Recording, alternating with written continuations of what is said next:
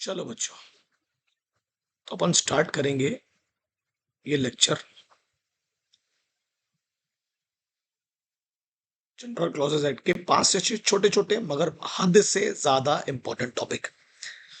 ऐसे ज्यादा बोला मैंने, हद से ज्यादा इंपॉर्टेंट टॉपिक जो मैं आज आपको पढ़ाने वाला हूं। एग्री? सबसे पहले पढ़ाऊंगा मैं आप लोगों को सेक्शन 25। इसका नाम है रिकवरी ऑफ फाइन। क्या नाम है बच्चे? Recovery of fine. इसके लिए पहले एक एग्जांपल देखते हैं। कंपनीज एक्ट में मान लो कंपनियों ने कुछ गड़बड़ कर दी, फ्रॉड व्रॉड तो कर दीजिए, कंपनियां पैसे वैसे तो डुबाती हैं, और उसके जो ऑफिसर इन डिफॉल्ट है दैट इज केएमपी, की मैनेजरियल पर्सोनल पर्सोनल ना, सीईओ, सीएफओ, इन्होंने भी कुछ गड़बड़ कर दी है, पैसे वैसे डुबा दिए भाई। तो कंपनीज एक्ट में अगर कोई ब्रीच करने पर कोई फाइन दिया हुआ है, कोई पेनाल्टीज दी हुई है, तो ठीक है, कोई दिक्कत नहीं है। 500 रुपए पर डे, 1000 रुपए, पिच एवरेज लोअर हायर होता है ना। बट अगर कंपनीज एक्ट में, क्या बोला मैंने, बोलो मेरे को, बट अगर कंपनीज एक्ट में फाइन को लेके कोई प्रोविजन नहीं है, फाइन को लेके कोई एक्सप्लेनेशन नहीं है, तो फिर फाइन कैसे रिकवर होगा? क्योंकि गड़बड़ तो किए हैं, सजा तो मिलेगी, फाइन कैसे रिकवर होगा? तो जीसीए कहता है सेक्शन 25 में कि आप फाइन उन पर इम्पोज्ड करें। आप उनको नोटिस और वारंट कैसे इशू करें? आप नोटिस और वारंट कैसे इशू करें? आप नोटिस और वारंट कैसे एग्जीक्यूट करें? आप उन पर फाइन कैसे लिवी करें? कैसे इम्पोज्ड करें? बोले कैसे? कैसे? तो बोले ऐसे ऐसे। सेक्शन 63 से लेके 70 में आईपीसी के दिया हुआ है कि अगर किसी और एक्ट में कुछ नहीं दिया है तो मेरे 63 से लेके 70 को फॉलो करो, क्रिमिनल प्रोसीजर एक्ट के प्रोविजंस को फॉलो करो और फाइन इम्पोज करो, वारंट्स इशू करो, फाइन लिवी करो। अगर किसी एक्ट में अलग से फाइन का जिक्र या एक्सप्लेनेशन नहीं है, समझा? तुम्हारे यहां नहीं है तो मेरे को रिफर करो, मैं तुमको बताऊंगा किसको रिफर करो। वाह! जीसीए क्या बोल रहा है? तुम्हारे एक्ट में नहीं है तो मेरा सेक्शन 25 पढ़ो। मेरा सेक्शन 25 बताएगा कि कौन से एक्ट का फाइन तुम लगाओगे, कौन से एक्ट में लिखा है कि फाइन कैसे लगाना है। तो आईपीसी में लिखा है, सीआरपीसी में लिखा है। ये तो सब खत्म हो गए हैं सब कानून अभी फिलहाल लास्ट ईयर। तो अभी अपने को क्योंकि आईसीआई ने कोई अपडेट दिया नहीं है तो अपन अभी फिलहाल इसी को पढ़ेंगे। ये हो गया, आगे बढ़ो, छोटा सा सेक्शन था, खत्म हो गया। अब आ जाओ section 26, provision as to offences punishable under 2 और मोर एनेक्टमेंट। आपने कोई ऐसा गुनाह कर दिया भाई साहब जिसकी सजा 2 कानून में है, 2, जिसका ट्रायल भी 2 कानून में चलेगा, जिसमें आपको गुनहगार भी साबित किया जाएगा 2 कानून में। तो लॉ क्या बोलता है? ट्रायल चलाओ 2 कानून में, गुनाहगार भी साबित करो 2 कानून में, बट सजा एक कानून के हिसाब से दो। ट्वाइस नहीं, बार बार नहीं देने का, या सजा एक ही बार दो। देखो सुनो, मिस्टर एक्स है, उन्होंने एक ऑफेंस किया जो एक्ट 1 में भी ऑफेंस है, एक्ट 2 में भी ऑफेंस है, और सेम ऑफेंस है, दोनों जगह वो सेम गुना माना जा रहा है। इधर भी धोखा है तो इधर भी धोखा है। बट आपको तो पता है अलग अलग एक्ट में सेम ऑफेंस की अलग अलग सजा हो सकती है। बिल्कुल हो सकती है सर, 100%। तो सेक्शन 26 कहता है आपको अगर ट्रायल चलाना है, अगर आपको उसको गुनहगार साबित करना है, यानी कन्विक्ट करना है, तो आप दोनों एक्ट को फॉलो कर सकते हो। आप एक्ट 1 में भी वो कर सकते हो, आप एक्ट 2 में भी उसको ट्रायल भी चला सकते हो, यानी केस चलाना, कन्विक्शन भी कर सकते हो, गुनहगार साबित करना भी। पनिशमेंट उसको एक ही एक्ट के हिसाब से देना, पनिशमेंट उसको एक ही एक्ट के हिसाब से देना। अब एक एक्ट में लिखा है 5 साल की सजा, एक एक्ट में लिखा है 10 साल की सजा, तो अब वो 5 साल में छूट के आ गया, फिर उसको आप 10 साल के लिए भेज रहे हो। ऐसे मत करो आप मेरे को एक बार में जेल भेज दो 10 साल के लिए चलेगा, बार बार सजा मत दो, बार बार अंदर बाहर मत करो। क्योंकि कॉन्स्टिट्यूशन भी कहता है आर्टिकल 22 में, 22 में कॉन्स्टिट्यूशन भी कहता है भाई साहब कि कोई भी व्यक्ति को बोलो एक ही गुनाह की बार बार सजा नहीं मिलेगी। सर वो एक ही गुनाह है कि हाँ एक ही गुनाह है, भले अलग अलग एक्ट में डिफाइंड है, बट वो गुनाह तो एक ही है ना। कहाँ गया हमारा कॉन्स्टिट्यूशन, ये लिखा है, no person shall be prosecuted and punished for the same offense more than once। एक ही बार में भेज दो भाई जेल, बार बार मत करो मेरे साथ ऐसा। 26 और एक बात कहता है, और सुप्रीम कोर्ट उसको मान रहा है, सुप्रीम कोर्ट उसको रीड कर रहा है 26 को। तुमको ट्रायल चलाना है, दोनों सेक्शन प्रोविजन में, दोनों एक्ट में चलाओ। तुमको उसको गुनाहगार साबित करना है, दोनों एक्ट में करो, उसमें कोई रिस्ट्रिक्शन नहीं है, no bar no restrictions. But अगर तुमको पनिशमेंट देना है, क्योंकि ऑफेंस तो है वो, पनिशमेंट देना तो एक ही एक्ट के हिसाब से, तो उसमें रिस्ट्रिक्शन है, only a bar to the punishment. बार बार मत दो मेरे को, सही है, ट्वाइस नहीं, बार बार सजा नहीं देने का। अब इसमें लिखा है एक व्यक्ति है अग्निहोत्री साहब, विवेक अग्निहोत्री को सजा हो गई क्या? नहीं नहीं नहीं, वो वाला अग्निहोत्री नहीं है। State of MP versus V R Agnihotri. तेरा टू अल्टर उसपे दो इल्जाम लगे, बस सेम ही ट्रायल चल, एक ही केस पे दो इल्जाम लगे। एक इल्जाम लगा 409 के हिसाब से इंडियन पिनल कोड, और एक इल्जाम लगा prevention of corruption act 5 clause 2 के हिसाब से। अब उसको उसमें लिखा है कि अगर एक इल्जाम से वो बरी हो जाता है, बरी एक्विट मतलब बरी, कन्विक्ट मतलब गुनाहगार साबित हो गया, तो दैट डजंट मीन कि वो दूसरे बोलो दूसरे एक्ट से भी बरी हो जाएगा। एक में सजा, एक में अगर सजा गुनाह साबित नहीं हुआ तो दूसरे में तो ट्रायल चलेगा ना। तो क्या लिखा है, acquitted of one of the charges will not bar his conviction of another। दूसरे में सजा हो सकती है, बराबर है। जब तू ऊपर बोल रहा है कि एक ही गुना की दो बार सजा मत दो, तो यहां भी वही बोल रहे हैं कि अगर एक ट्रायल से बरी हो गया तो दूसरा तो चलेगा ना भाई, दूसरे एक्ट के हिसाब से। यस सर बिल्कुल चलेगा, ये सब याद रखना जो मैं पढ़ा रहा हूं आपको। अब आ जाओ वापस अपने नोट्स में। कहाँ गए बाबू नोट्स?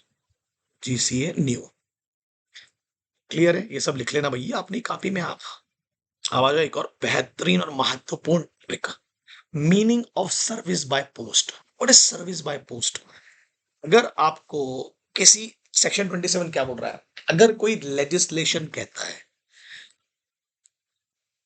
जैसे कंपनीज एक्ट ही कहता है, require any document to be serve by post, उस एक्ट में लिखा है कि डॉक्यूमेंट को आप पोस्ट के थ्रू भेजें, इसके थ्रू, पोस्ट के through, unless different intention appear, अगर कहीं कुछ और नहीं लिखा है तो वो service shall deem to be effected by, वो सर्विस को ध्यान देना, वो सर्विस को हम तब मानेंगे कि वो इफेक्ट में आ गई। पहला, अगर आपने वो डॉक्यूमेंट भेजते वक्त जिसको भेजा उसका प्रॉपर एड्रेस है, आपने उसके चार्जेस, पोस्टल चार्जेस पे कर दिए जिस एजेंसी के थ्रू आप भेज रहे हैं, और कैसे भेजा आपने, पोस्टेड बाय रजिस्टर्ड पोस्ट, किसी अरे गहरे नत्थु गहरे प्राइवेट से नहीं, रजिस्टर्ड पोस्टल के थ्रू भेज रहा हूं मैं। अगर ये तीन कंडीशन तुमने फुलफिल कर दी बाबू, तो मान लिया जाएगा कि नोटिस और document deem to be properly served. सर माना जाएगा मतलब अभी से भेजा ही, अरे अगर ये तीन कंडीशन हो गई तो तुम्हारा काम तो तुमने कर दिया ना, तो मान लिया जाएगा कि वो डिलीवर कभी ना कभी तो हो ही जाएगा भाई, 2 दिन में, 3 दिन में, 4 दिन में, in ordinary course of post. यानी तुम अगर 10 तारीख को ये तीनों काम करके आ गए, तो तुम्हारे तरफ से मान लिया गया कि 10 तारीख को ही डिलीवर्ड हो गया, जबकि 3-4 दिन लग सकते हैं। डीम्ड, तुमने अपने तरफ से सर्विंग कर दी प्रॉपरली, एग्री? चलो वेरी गुड। अब आते हैं वापस अपने मॉड्यूल के कुछ एग्जाम्पल में। मॉड्यूल में एक क्वेश्चन दिया हुआ है, United commercial bank versus Bhimsen Makhija. वहां लिखा था कि नोटिस भेजने के लिए कुछ रूल्स बनाए गए थे कि नोटिस कैसे भेजा जाएगा। वो रूल्स था कि आपको रजिस्टर्ड पोस्ट और एक्नॉलेजमेंट ड्यू से नोटिस भेजना है, इंस्टेड ऑफ रजिस्टर्ड पोस्ट। आप रजिस्टर्ड पोस्ट से नहीं भेजोगे, वो तीन कंडीशन फुलफिल नहीं करोगे, हमने आपको अलग जो तरीका बताया वो फॉलो करोगे। तो जब अगर कहीं कोई और तरीका लिखा है तो फिर आपको जीसीए का रूल फॉलो करने की जरूरत नहीं है, एग्री? बिल्कुल सही। दूसरा बड़ा इंपॉर्टेंट है, एक नोटिस भेजा लैंडलॉर्ड ने, किसको, किससे? रजिस्टर्ड पोस्ट से, मतलब वो तीन कंडीशन फुलफिल किया, प्रॉपरली एड्रेस है, प्रीपेड है, बराबर है ना। वो नोटिस किराएदार ने वापस उसको भेज दिया, नॉट एक्सेप्टेड करके भेज दिया। रिफ्यूजल, एंडोर्समेंट, अगर उस नॉट एक्सेप्टेड रिटर्न कर दिया उस नोटिस को, उसने एंडोर्स करके लिख दिया नॉट एक्सेप्टेबल। अगर कोई कुछ लिख के भेज रहा डॉक्यूमेंट पे, उसको मिला होगा तब भी तो लिख के भेज रहा है ना। भाई तूने एंडोर्स कर दिया, रिफ्यूज कर दिया कि मुझे मिला नहीं। अरे अगर तुझे मिला नहीं और तू उसी में लिख के भेज रहा है पीछे उसके बैक पे, तो हम तो प्रिज्यूम करेंगे कि नोटिस तुझ तक पहुंच चुका था, हम तो मानेंगे। एक और चीज, अगर रजिस्टर्ड पोस्ट मैंने किसी व्यक्ति के प्रॉपर एड्रेस पे भेजा, तो ऐसा मान लिया जाएगा कि उसे मिल चुका है, भले वो उसे एंडोर्स करे या ना करे। एग्री? यहां तक क्लियर है? लिख लेना भाई जो जो मैं बोल रहा हूँ आपको, है ना। Proper address, prepaid, posted by registered post हो ना, रजिस्टर्ड हो ना, सरकार के पास जानकारी हो ना कौन से पोस्टल एड्रेस से जा रहा है। तो ये 3 कंडीशन भी बोलना मत जो नीचे पढ़ा है मैंने आपको। ये हो गया एक सेक्शन अपना खत्म। अब आ जाओ आप लोग वापस अपने नोट्स में।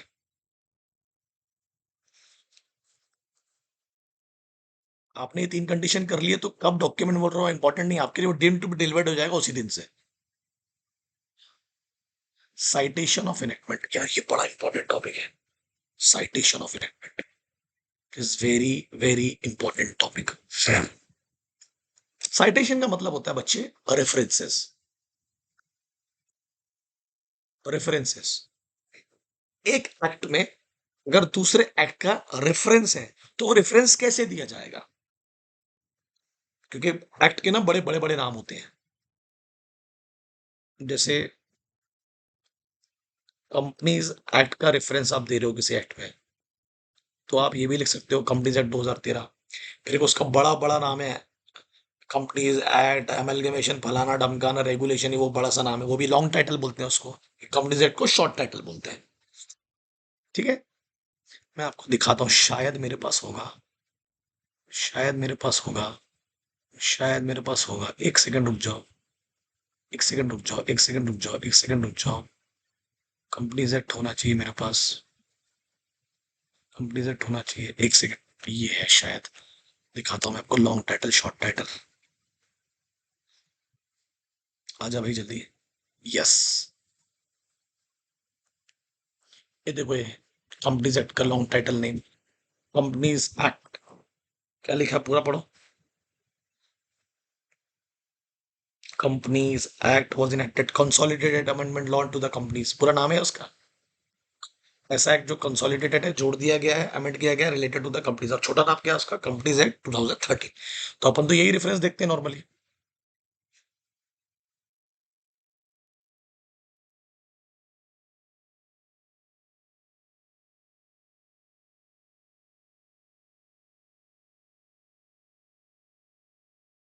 मान लेते हैं एलएलपी एक्ट में 2008, एलएलपी एक्ट 2008 में कंपनीज एक्ट का रेफरेंस होता है, क्योंकि एलएलपी एक्ट आपने देखा है काफी हाइब्रिड है, कंपनीज एक्ट जैसा है।